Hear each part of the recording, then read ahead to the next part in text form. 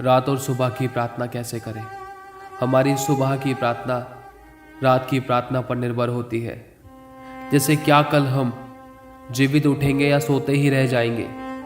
इसीलिए हमें रात को ही प्रभु से प्रार्थना करके सोना चाहिए।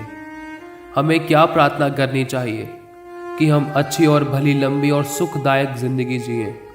आप सभी जानते हैं, लोग जीते तो हैं लेकिन उनकी जिंदगी में कोई ना कोई चिंता, परेशानी, दुख, दर्द, पीड़ा, गरीबी, कर्जा आदि होते हैं जो वो किसी को नहीं बता पाते और बता भी नहीं सकते।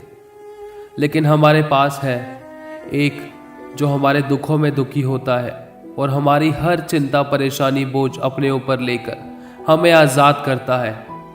ऐसा वायदा सिर्फ बाइबल, परमेश्वर के वचन में ही मिलेगा।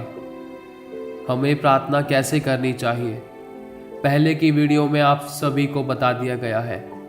आप सभी से विनती है कि प्रार्थना की वीडियो को ज़रूर सुने कि हमें किस तरीके से प्रार्थना करनी चाहिए। तो अब हम जानेंगे कि रात और सुबह की प्रार्थना कैसे करें।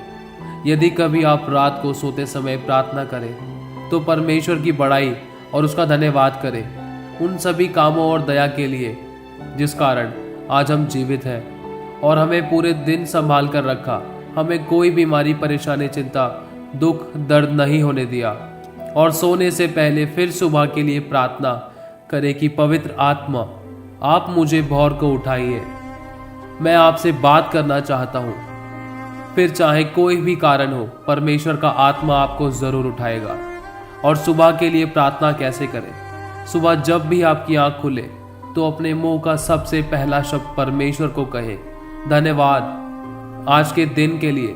जो आज का दिन नहीं देख पाए, न्याय के समय प्रभु उनकी सुधि लेना और फिर से परमेश्वर की बड़ाई करते हुए उसका हर बात में धन्यवाद करें और पवित्र आत्मा जी की उपस्थिति को मांगे और अपनी आंखें बंद करके मन में प्रभु यीशु को क्रूस पर चढ़ा हुआ देखकर अपने दोनों हाथों को बढ़ाकर उसके लहू को लेकर अपने सिर के बालों से लेकर पैर के तलवों तक उसके लहू को अपने पूरे शरीर पर और हर एक अंग पर लगाए और अपने सोच, विचार, बुद्धि, ज्ञान, समझ को भी यीशु के लहू से पवित्र करें और आत्मिक युद्ध के हथियारों को पहन ले जो परमेश्वर के वचन में इफिसियों 6:10 से लेकर 18 तक दिया गया है।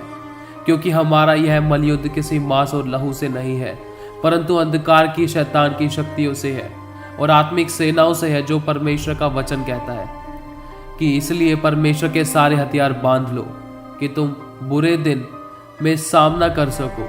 इसलिए सत्य से अपनी कमर कसकर और धार्मिकता की झिलम पहनकर और पांव में मेल सुसमाचार की तैयारी के जूते पहनकर और इन सब के साथ विश्वास की ढाल को लेकर स्थिर रहो, जिससे तुम उस दुष्ट के सब जलते हुए तीरों को बुझा सको और उद्धार का टोप और आत्मा की तलवार को जो परमेश्वर का वचन है ले लो और विनती करते रहो और अपने आप को परमेश्वर के आगे पूरा सरेंडर मतलब समर्पित कर दो और कहो, प्रभु मैं तेरे लहू के नीचे आता हूँ और तेरे सभी अधिकारों के नीचे आता हूँ।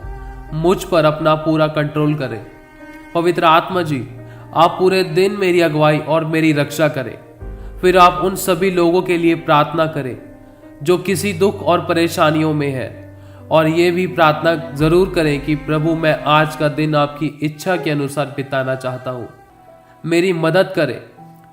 जैसे प्रभु यीशु मसीह भोर को उठकर प्रार्थना करते थे और पूरे दिन भर चमत्कार और बीमारों को चंगा करते थे और सभी के दुख सुख में सहभागी होते थे और भलाई करते थे।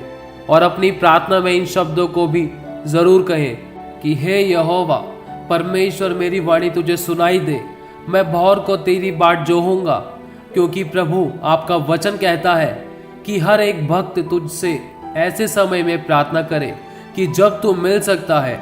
और हे परमेश्वर, मेरा चिल्लाना सुन, मेरी प्रार्थना की ओर ध्यान दे और मेरी प्रार्थना तेरे पवित्र मंदिर में पहुंचे और भोर को मेरे बंद आत्मिक कान खोल दे ताकि मैं तेरी आवाज को सुन सकूं।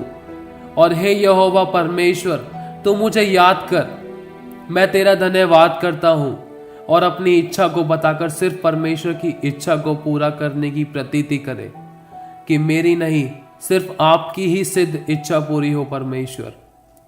और फिर परमेश्वर हमारे पुकारते ही सुन लेता है, जैसा कि वचन कहता है, तूने जो मुझसे स्नेह किया इसलिए मैं तुझे छुड़ाऊंगा, मैं तुझको ऊंचे स्थान पर रखूंगा, क्योंकि तूने मेरे नाम को जान लिया है। जब भी तू मुझे पुकारे तब मैं तेरी सुनूंगा, संकट में मैं तेरे संग रहूंगा, मैं तुझको बचाकर तेरी महिमा बढ़ाऊंगा और तुझे दीर्घायु से तृप्त करूंगा और अपने किए हुए उद्धार का दर्शन दिखाऊंगा। तब तू पुकारेगा और यहोवा तुझे उत्तर देगा और वह कहेगा कि मैं यहाँ हूं, क्योंकि जिस पल तूने मुझे पुकारा उसी पल मैंने तेरी सुन ली और मैं तेरी प्रार्थना को पूरा भी करूंगा। फिर अंत में आप कहना कि प्रभु आगे का समय मैं आपके हाथों में सौंपता हूं। यीशु के नाम से इस प्रार्थना को मांग लेता हूं पिता, दया से सुने और ग्रहण करें। आमीन आमीन आमीन। प्रभु आपको बहुत आयत से आशीष देता रहे। आमीन।